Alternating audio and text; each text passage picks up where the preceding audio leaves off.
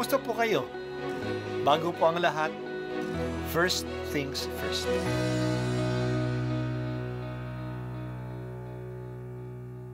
Good morning po. Sinisimulan po natin ngayon ang first things first. At dito po, tinatalakay natin sa unang bahagi ng umaga natin ay ang first readings na binabasa po sa banal na misa. Ito pong tinatalakay natin kasi madalas po marami na tayong alam tungkol sa gospel readings. Pero konti po ang nagsasalita sa first readings. Pero ang first readings, bahagi din po yan ng Biblia, ng banal na kasulatan. Kaya susubaybayan po natin ang mga first readings, basahin po natin at kuminsan kailangan ng basahin ng 2 o 3 beses bago maintindihan kasi hindi po tayo familiar sa mga istorya at sa mga kaisipan na tinatalakay dito. Ang pagbasa mula sa aklat ng Deuteronomio. Noong mga araw na iyon, si Moises ay umahon sa bundok ng Nebo, sa tuktok ng Pigsa, sa gawing silangan ng Jericho. Doon, ipinakita sa kanya ng Panginoon ang buong lupain, mula sa Galaad hanggang Dan, ang buong Neftali, ang lupain ng Ephraim at Manases, ang buong lupain ng Huda hanggang sa kanluran, ang Negeb at ang kapatagan. Sa makatuwid ay ang kapatagan ng Jericho, ang lungsod ng mga palaspas, hanggang Zoar.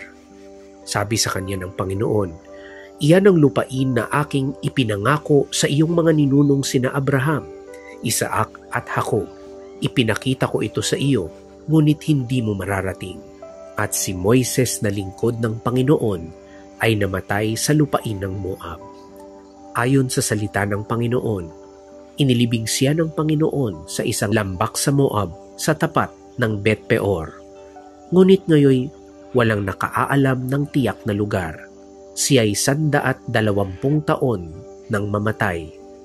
Ngunit hindi lumabo ang kanyang paningin, ni hindi nanghina ang kanyang pangangatawan. 30 araw siyang ipinagluksa ng Israel. Si Josue ay puspos ng kaalaman at kakayahan sa pamamahala, pagkat ipinatong sa kanya ni Moises ang mga kamay nito at sinunod siya ng mga Israelita. Ginawa nila ang lahat ng utos ng Panginoon. Sa Israel ay wala nang lumitaw na propetang tulad ni Moises na naging tapat at nakakausap ng tuwiran sa Panginoon. Wala ring nakagawa ng mga kababalaghang tulad ng ipinagawa sa kanya ng Panginoon sa Ehipto, sa harapan ng Faraon at ng mga lingkod nito. Wala ring nakagawa ng makapangyarihan at pambihirang mga gawa tulad ng ginawa ni Moises sa harapan ng bayang Israel. Ang salita ng Diyos. Salamat sa Diyos. Si Moises ay isang tao na mahirap pantayan sa bayan ng Israel. Hindi nga siya mapapantayan. Sa pamamagitan ng mga himalang inilikas niya ang Israel mula sa kuko ng Ehipto. Siya ang naging dakilang mambabatas na nagbigay ng batas ng Diyos sa bayan ng Israel. Hindi lang niya binigyan sila ng batas, ngunit hinubog niya ang bayan ng Israel na mamuhay ayon sa batas na ito sa loob ng 40 taon. Sa paglalakbay sa disyerto, sinamahan niya sila sa paglalakbay na ito. Napakalapit ni Moises sa Diyos na nakikipag-usap sa Diyos ng harapan. Siya ang dakilang tagapamagitan ng Israel sa Diyos. Pero hindi siya nakapasok sa lupa ng pangako. Hindi itong magiging papel niya. Dinala lang niya ang bayan sa pintuan ng lupain. Si Josue, ang kanyang katiwala, ang mangunguna sa mga tao pagpasok sa lupain. At si Josue, mangunguna na puksain ang mga taga roon upang ipimigay ang lupain sa 12 tribu ng Israel. Bago mamatay si Moises, dinala siya ng Diyos sa taluktok ng bundok ng Nebo sa lupain ng Moab at doon ipinakita sa kanya ang buong lupain ng Kanaan. Maring ang pagpakita niya sa buong lupain ay isang pangitain. Kasi physically, hindi naman makikita ang buong lupain sa bundok ng Nebo. Doon namatay si Moises sa bundok ng Nebo sa gulang ng 100 taon at 20 na hindi nanlabo ang kanyang mata o nanghina ang kanyang tuhod. Inilibing siya sa bundok ng Nebo, pero hanggang ngayon, walang nakaalam kung saan talaga siya inilibing. Ang Pentateuch o Torah, ang unang 5 pinakamahalagang aklat ng Lumang Tipan, ay tinatawag na aklat ni Moises.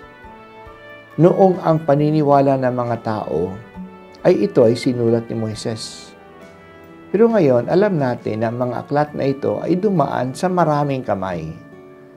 Pero ang pinakabida sa mga aklat na ito ay si Moises. Maliban sa aklat ng Genesis na nagsisilbing introduction na naglalaman ng kasaysayan ng sangkatauhan at ng bayan ng Israel. Ang mga batas na nakalagay sa Torah ay binigay ng Diyos sa pamamagitan ni Moises.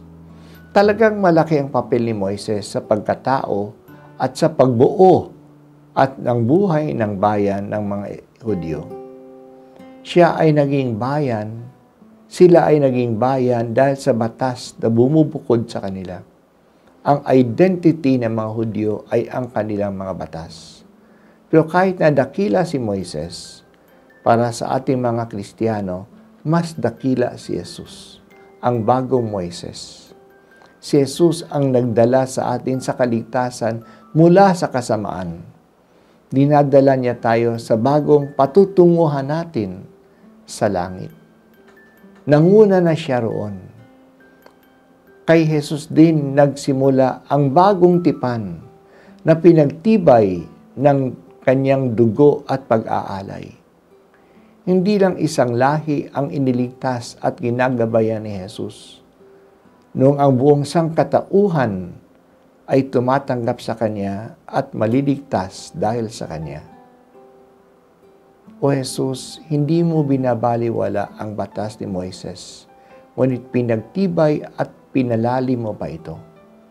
Tulungan din niyo kaming mapahalagahan ang mga halimbawa at aral ni Moises upang patuloy kaming makalakbay tungo sa katuparan nito na walang iba kundi ikaw, o aming Panginoong Jesus.